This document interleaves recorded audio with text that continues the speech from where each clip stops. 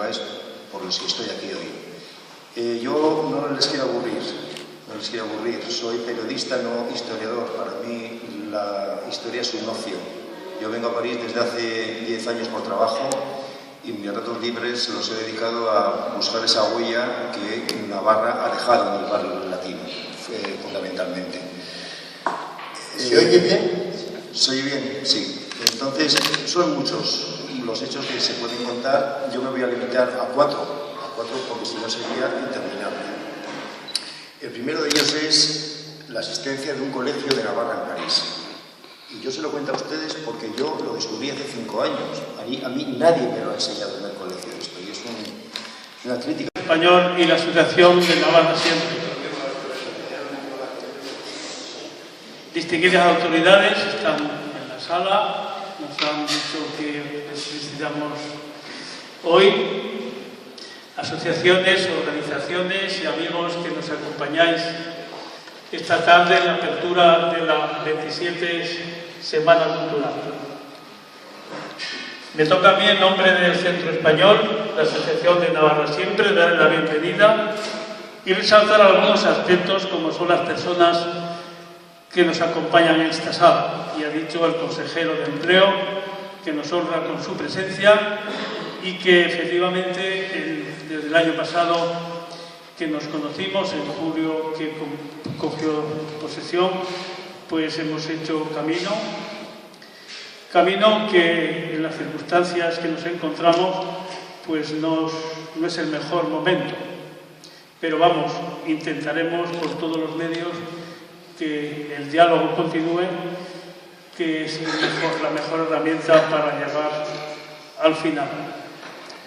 Tenemos el honor también de que tenemos en la sala pues al director del Instituto Cervantes, don Juan Manuel Bonet, que nos acompaña en la sala, y también Jesús Zorrosorro, director del Centro de la UNED.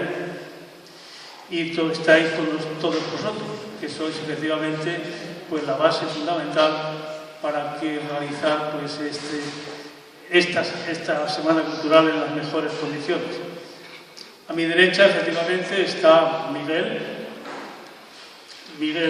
Ángel Barón, que nos conocimos el año pasado, en mayo, en el barrio latino, precisamente. Y desde entonces, pues se brindó a darnos una conferencia y efectivamente nos hemos visto en verano 2 o 3 veces y efectivamente pues está aquí, se desplaza desde Pamplona para pues responder a nuestras necesidades. Y a mi izquierda, pues ya lo conocéis todos, no hace falta que lo presente, porque bueno, está visto y previsto, y además me dice que todavía tiene muchas ganas de que lo veamos más a menudo, ¿no es así? Sí. Vale.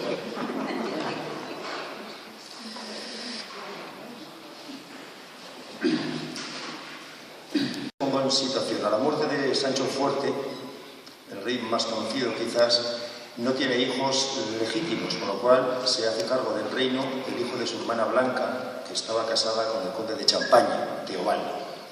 Y Teobaldo, conde de Champaña, viene a Navarra. Teobaldo en Francia era una persona importante. El conde de Champaña era par de Francia, es decir, de los 12 ministros que tenía el rey o consejeros, él siempre era uno, siempre era un caballero que iba a las cruzadas, era conde palatino, y Champaña era la región de Francia que más dinero tenía por las ferias, y por eso mismo los reyes se coronaban en Francia, porque Reims lo pagaba todo. Viene Teobaldo de Navarra, que es un rey muy importante para nosotros porque es el rey que escrituró los fueros. Digo, los fueros hay que dejarlos por escritos, es el rey que montó las merindades, es el rey que montó la Cámara de Comptos, es el rey que puso bandera del reino, porque no había, solamente estaba la bandera de la casa del rey, pero montó la bandera de Navarra. Las cortes, o sea, yo siempre he dicho que es un rey que nos metió en la modernidad, y de cuando en 1300 te puede meter nadie en la modernidad. Pues sí, porque nos trajo toda la administración que había en Francia, que Navarra era un desastre en ese aspecto, y cada institución que fundó sigue funcionando hoy día, con lo cual eso sí es meternos en la modernidad. Le sucedió su hijo Teobaldo II, a la muerte de su otro hijo Enrique, y a la muerte de este su hija Juana. Y Juana I de Navarra es la que nos enlaza directamente con la Casa Real de Francia al casarse con Felipe IV el Hermoso. Y ahí estamos. La reina Juana se convierte en reina de Francia y se viene a París. Y ella ve, por cómo era su marido, que ya nunca va a volver a Navarra, le da pena, y funda un colegio aquí en París, en principio para que los niños de Navarra que no tenían posibles, pues pudieran estudiar estudios altos. Y lo deja en su testamento, porque la reina estaba enferma. El Colegio de Navarra en París es uno de los colegios que formaron la histórica Universidad de París, que rivalizó con la Sorbona. Fue fundado por la reina Juana. Los edificios se empezaron a construir en 1309 y se terminaron en 5 años. En el año en que se terminan los colegios ocurre la muerte de la reina, la quema de templarios por su marido aquí en la isla de Notre Dame, el encarcelamiento de una reina navarra en París por un adulterio, y comienza a funcionar nuestro colegio. La reina para ello legó su palacio que tenía en la calle San Andrés de Sá, ahí cerquita del río, y le dotó al colegio de 2000 libras que sacaba de sus condados, de la que también Navarra era dueño, de Champaña y Brie. No sé a qué correspondería ese dinero ahora, pero era muchísimo dinero, sin duda. Sus administradores, a los que les dan encargo de crear este colegio, deciden vender el palacio del barrio y compran un solar en la montaña de Santa Genoveva, en la calle Descartes, también barrio latino. Y ahí se construye. La primera piedra se pone en abril, el 12, 1309, y corresponde a la capilla del colegio. Estaba previsto que para los estudiantes estudiosos les dieran 4 sueldos a los de la Facultad de Arte, 6 sueldos para los de Lógica y 8 sueldos para los de Teología. Estos sueldos se los iban a dar a ellos hasta que tuvieran el beneficio de valor, es decir, hasta que estos estudiantes luego podrían dar clases particulares a los de otros colegios que había en París. Entonces ya se les cortaba el subsidio. Los estudiantes vestían especial, estaban obligados a hablar en latín, de ahí viene la denominación de barrio latino, y solamente se les permitía usar su idioma original, porque había de toda Europa, cuando habían terminado sus estudios.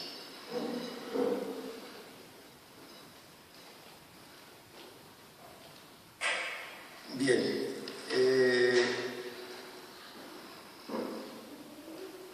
había estudiantes de 14 años, con lo cual se creó una residencia también donde ellos se alojaban de manera gratuita, que la dirigía uno de los maestros del colegio. Los estudiantes de familias acomodadas, que también lo sabían, se pagaban su casa. Y la fundación de este colegio, como la de otros, hacía posible que estudiantes que carecían de recursos pudieran estudiar en París. Lo mismo que en el Colegio de Navarra, hubo mecenas que crearon el Colegio de Santo Tomás, el de los Bonifaz, y las órdenes mendicantes fundaron el Studia Generalia de los dominicos y los franciscanos, los colegios de los bernardinos, el de los carmelitas y el de la Orden de Cluny, los cuales ofrecen estudios universitarios teológicos en un marco monacal que se denominó la Revolución de la Charité. Es decir, se adaptaban, se intentaba explicar las diferentes formas de caridad que se podían hacer en las ciudades, y proporcionaban todos estos albergues y comida a los estudiantes que eran pobres. Muy bonito que tuvo Carlos II en París. Les pongo en situación. Juana I, la reina que monta este colegio, está casada con Felipe IV el Hermoso, que es de la dinastía de los Reyes Malditos. Reyes Malditos porque el maestre de la orden templaria, cuando lo están quemando, los maldice y les dice que morirán sin descendencia. cosa que se cumple. Maldice al Papa, que morirá antes de un año y se cumple, y maldice a la mano derecha del rey y se cumple. Con lo cual, mueren sin descendencia tanto Felipe IV el Hermoso como sus hijos. Pero el primero de los hijos, Luis, sí tuvo una hija. Tuvo una hija que se llamó Juana. Francia no la reconoció como sucesora, no había ley sálica, pero sí que había un consejo, las Cortes, los Estados Generales, que daban el visto bueno para que accedieran a ser reyes, ¿verdad? Y en este caso había una duda terrible de si era hija de su marido o era hija de una historia muy novelesca y bonita, que no me va a dar tiempo a contarla hoy, de la Torre de Nesle, porque fue encerrada, es la reina que fue encerrada por un adulterio continuado con el mozo de Cuadras. Y ante la sospecha de que no fuera hija del rey, la dejaron apartada. Pero sí adoptó el reino de Navarra y fue reina de Navarra. Y como reina de Navarra tuvo un hijo, que fue Carlos II, el malo. Carlos II el malo en Francia. En Navarra no lo denominamos Carlos II el malo. Y esta es la situación. Cuando muere la dinastía de los Capeto, había una hermana que se casó con el rey de Inglaterra y tuvo un hijo. Y dice que su hijo Eduardo III tiene que ser rey de Francia. Carlos III dice, a mi madre la apartaron, tengo que ser yo el rey de Francia.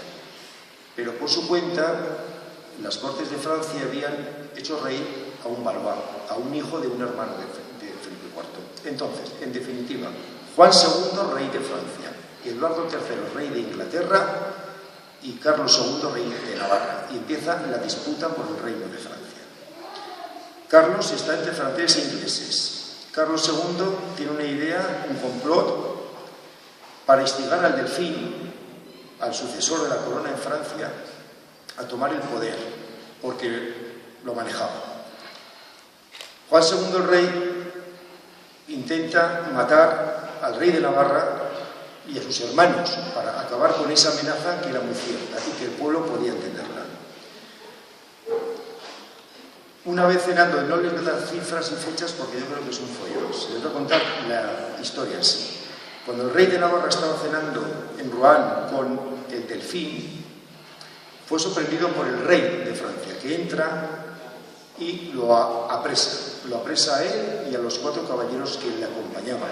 Nombres muy bonitos: el conde de Harcourt, el señor de Calaville, Maufet de Minmer y Colin Dublet. A estos 4 acompañantes del rey navarro los decapita sin juicio alguno en las afueras de Rouen y sus cuerpos los cuelga del patíbulo. Y Carlos II es encerrado, primero en el castillo de Louvre, luego llevado al Châtelet y luego a otra prisión. Todos temían por su vida, pensaban que lo mataría. El primero ofendido fue el Delfín, el hijo del rey, porque irrumpió en su casa, cuya hospitalidad había sido violada. Las gentes de París quedaron asustadas por la decisión tan grave que había tomado el rey francés de apresar al navarro, y no sabían por qué. Una medida tan arbitraria atrajo la simpatía general hacia el rey navarro. El pueblo sospechaba que la verdadera traición de que la acusaban era su resistencia a los impuestos acordados últimamente para levantar un ejército de 40.000 hombres. El príncipe Felipe, hermano del rey que estaba en Navarra, muy temeroso de que el rey le diera muerte a su hermano, lo desafía. El rey de Francia quiso apoderarse de Navarra y de Normandía, que también era nuestra. Cuando digo nuestra es Navarra, sé que hay españoles navarros, pero cuando yo digo nuestro es Navarra, me entenderán. Pero se resistieron. La traición del rey francés echaba a los enemigos en brazos de los ingleses, con los que mantenía la guerra de los 100 años ya iniciada por el trono francés. Entonces el duque de Lancaster, un inglés, desembarca en Cotentin y, aliado con el príncipe de Navarra y Godofredo de Harcourt, tío del conde ejecutado, atraviesa Normandía y llega a las puertas de París amenazando al rey. Poco después, otro ejército formado por el mismísimo príncipe de Gales subía de Burdeos y derrotaba al rey de Francia en Poitiers y lo arresta. Y el príncipe de Gales se lleva a Inglaterra y lo mete en la cárcel tanto al rey de Francia como a su hijo Felipe.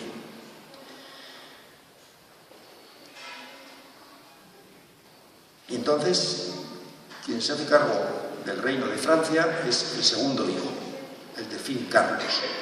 Pero ya con el rey de Francia en prisión, queda París desnuda, ¿no? De aquí que nos manda el delfín, que es el hijo pequeño, es un crío, y la persona del rey de Navarra, mucho más popular que la del delfín, gana ahora una importancia inesperada. Se piensa que con él el reino será más fuerte y estaría mejor defendido. No faltan quienes digan que desde la prisión del rey no ha venido ningún bien al reino por el pecado cometido con él. Comienzan una serie de diplomacias para intentar que liberen al rey de Navarra.